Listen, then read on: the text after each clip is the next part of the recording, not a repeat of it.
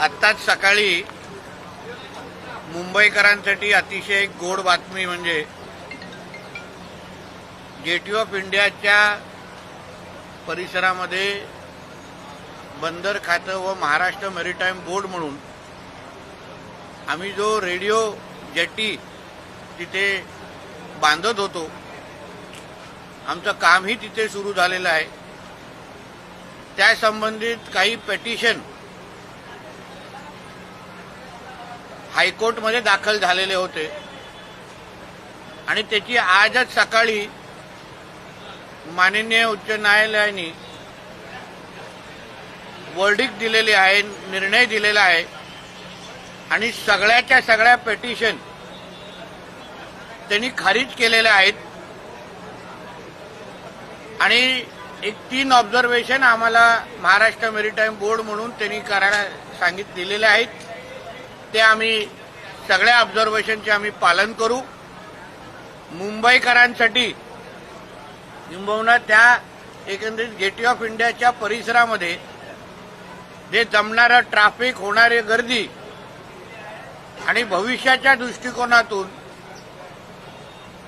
Water transport म्हणजे समुद्राच्या एकंदरीत प्रवासासाठी ती रेडिओ क्लब जेटी अतिशय महत्वाची होती।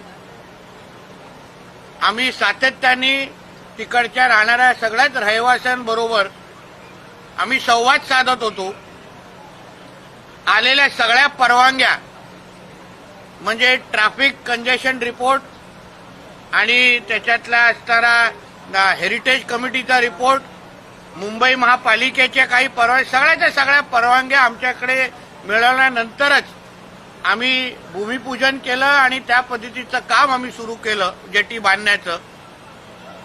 आदरणीय मुख्यमंत्री देवेंद्र फडणवीस साहेब, आमचे दोन्ही उपमुख्यमंत्री आणि स्थानिक आमदार आणि विधानसभेचे अध्यक्ष सन्मान्य राहुल नार्वेकरजी या सगळ्या जणांनी आम्हाला ह्या पूर्ण प्रक्रियेमध्ये मोठ्या प्रमाणामध्ये सहकार्य केलं। आता या रेडिओ जेटीचं काम माननीय उच्च न्यायालयाने जे निर्देश दिलेले आहेत ते नजरेसमोर ठेवून आम्ही गतिमान पद्धतीने ते काम पूर्ण करणार आहोत आणि रेडिओ जेटी जे काय आम्ही तिथे बांधणार आहोत त्याच्यामुळे मोठ्या प्रमाणामध्ये आमच्या मुंबईकरांना मदत होईल, त्यांचे आयुष्य सुकर होईल। आता जो नवी मुंबई एअरपोर्ट आता आपण तिथे बांधतोय, नवी मुंबई एअरपोर्ट ते रेडिओ जेट म्हणजे रेडिओ जेटी ते नवी मुंबई एअरपोर्ट फक्त 40 मिनिटांमध्ये आपण पोहोचू शकतो, अशा पद्धतीचा आमच्या तिकडचा रूट तयार करण्याचा आमचा मानस आहे। म्हणून ह्या रेडिओ जेटीच्या निमित्ताने मोठ्या प्रमाणामध्ये मुंबईकरांना मदतच होईल। म्हणून या निमित्ताने मी उच्च न्यायालयाचं मनापासून आभार मानतो।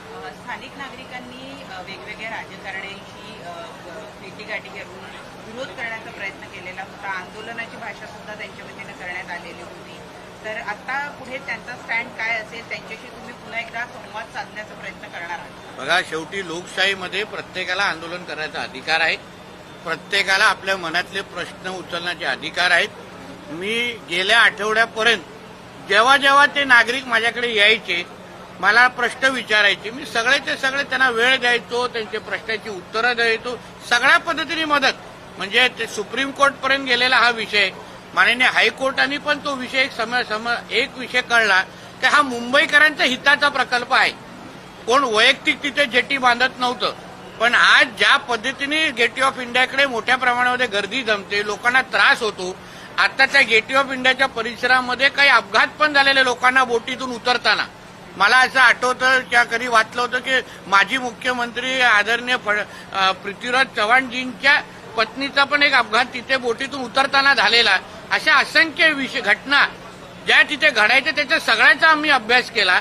म्हणून त्या पूर्ण ट्रॅफिक आणि गर्दीला कमी करण्याच्या दृष्टिकोनातून आम्ही जेटी प्रस्तावित केलेली, कोणालाही जोर जबरदस्ती न करता, कोणाच्या इच्छेच्या विरोधात न जाता आम्ही हा विषय केलेला होता। आणि मला आज समाधान आहे की माननीय उच्च न्यायालयाला आमची भूमिका कळली आणि त्या दृष्टिकोनातून एक चांगली जजमेंट दिलेली आहे। सर, स्थानिक बोट चालकांनी सुद्धा हाच मुद्दा उपस्थित केला होता, कारण गेटवेमध्ये मर्यादित स्लॉट मिळत होते। आता या नवीन जेट्टीमुळे एकंदरीत किती स्लॉट उपलब्ध होऊ शकतात? किती बोटी पार्किंग? बघा, जवळपास 20 बोटीची तरतूद इथे आहे. 20 यॉट ज्याला आपण म्हणतो, 20 बोटीची तरतूद, आपलं पार्किंगचे स्लॉट इथे आहेत. जवळपास 150 गाड्या आपण इथे उभं करू शकतो. जे आज तुम्हाला कुठे रस्त्यावर उभे राहताना दिसतात, कुठेही पार्किंग होत असताना दिसतात, ते सगळ्या गाड्या आता तुम्ही ह्या जेटीच्या इथे येऊन पार्क करू शकता, जेणेकरून तुम्हाला ट्रॅफिक पण आपल्याला मोठ्या प्रमाणामध्ये तिथे कमी भेटेल. म्हणून ह्या जेटीचा फायदा लोकांनाच मोठ्या प्रमाणामध्ये होणार आहे. हे आता कोर्टाने पण मान्य केलेलं आहे. There is a significant development related to the Radio Club jetty near Gateway of India. Please brief us. I think this is a very landmark judgment that the Honorable High Court has given today. The jetty that was been built by the Maharashtra Maritime Board and the Ports Department of Maharashtra. The whole intention behind building this jetty was very clear, that we wanted to decongest the area there. We wanted to help the local residents there so they can move around more openly there, and also the yachts that used to, or yachts or the boats that used to be parked around the Gateway of India, which used to only increase the inconvenience to the citizens moving around there. Because of this radio jetty, there was a lot of thought behind the entire process, how we can decongest the entire area, help the local residents. Today, because of the judgment given by the Honorable High Court, who has rejected all the petitions, they have given a certain 3 directions which the Maharashtra Maritime Board and the Post Department has to follow. We will obey all the observations and the directions given by the Honorable High Court, and we will ensure that the jetty is completed in time, and everyone who will travel through the jetty and who lives around there will only understand that this was only for their benefit. Sir, how is it going to help the connectivity with Mumbai, Navi Mumbai airport? See, as we have already announced by by Ports Department, that we want to encourage water transport. So one major project that we have taken in hand is the Mumbai Water Metro. On the lines of the Kochi Water Metro, we have identified 8 destinations within the Mumbai MMR region. So one destination was also with the radio jetty. Another benefit of the radio jetty is the new Navi Mumbai airport that is coming up in Navi Mumbai, which is also an international airport. Anyone traveling from the the Radio Club jetty can travel to the new Navi Mumbai airport in just 40 minutes. So that there's a large amount of benefits where they can cut a lot of travel time through these various jetties and through the water transport that we are proposing. So I am very confident with the kind of ease that the Mumbaikars have got due to the metro network that we have in Mumbai today. The water metro will only help in saving a lot of time for Mumbaikars. Thank you. Hindi बोले. हाँ बोल. हिंदी आज हमारे येतो ना तर तुला ह्याच्यात तरी इंटरेस्ट नाही आहे. माझा मेन मुद्दा संपून दे.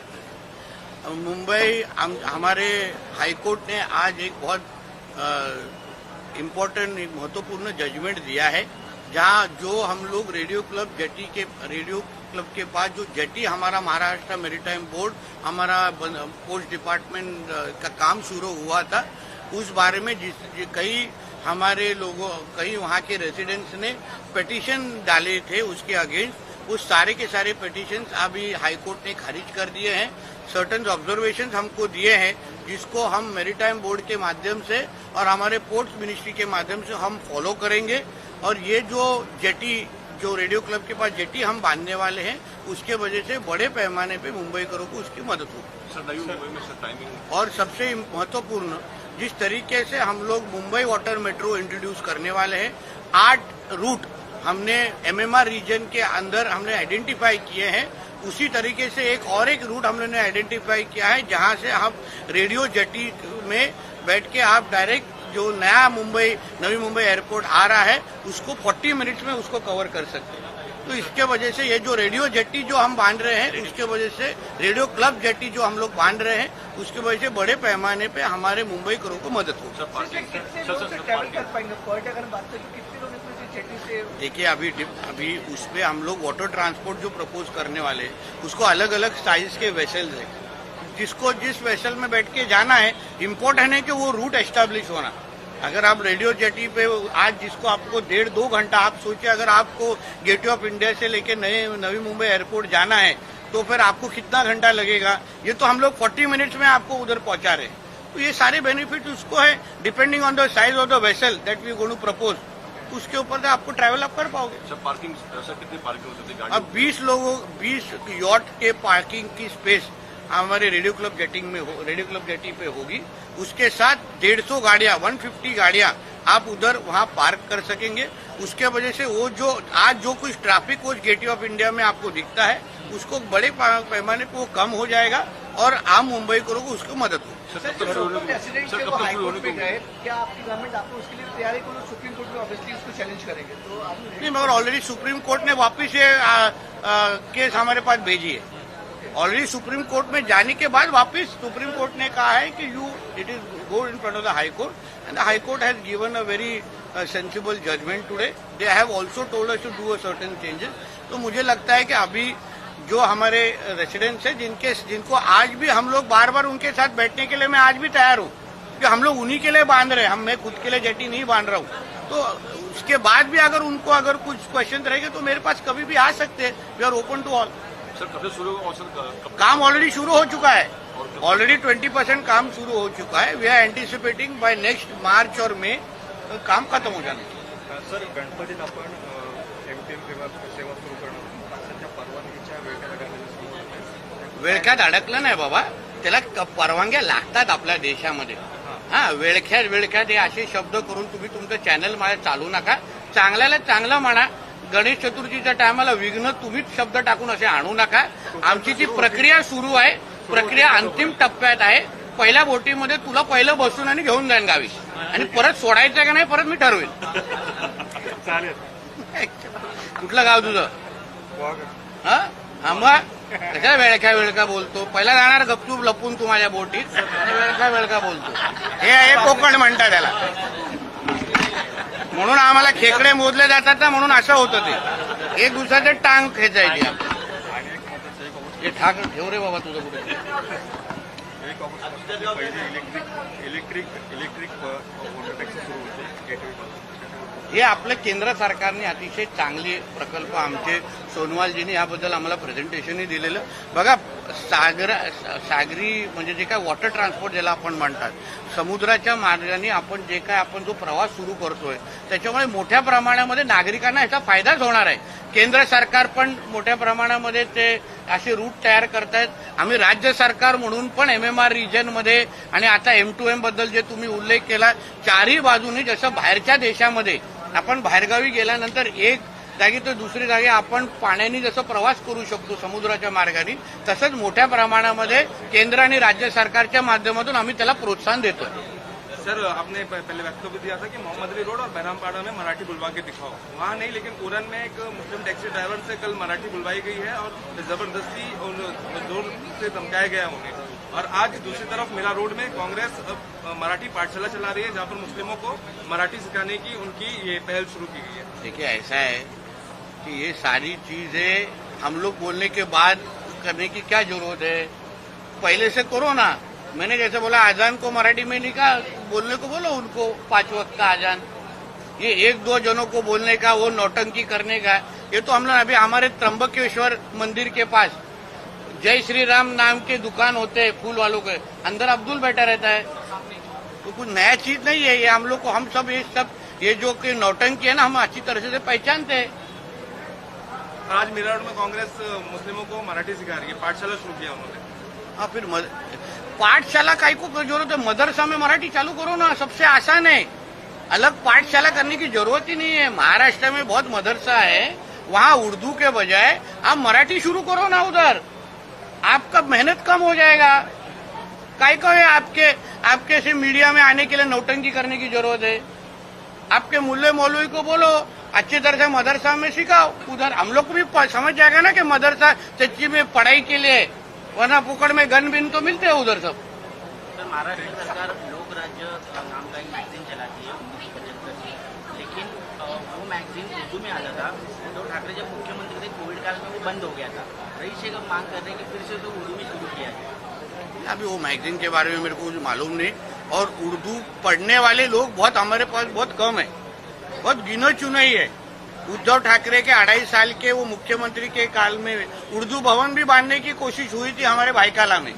तो इस तरीके के जिसको ज्यादा उर्दू उधर पढ़ने वाले ही कम है, तो ऐसा मैगजीन इस तरीके निकाल के सरकार ने अपना पैसा खराब नहीं करना चाहिए। चला, थैंक यू।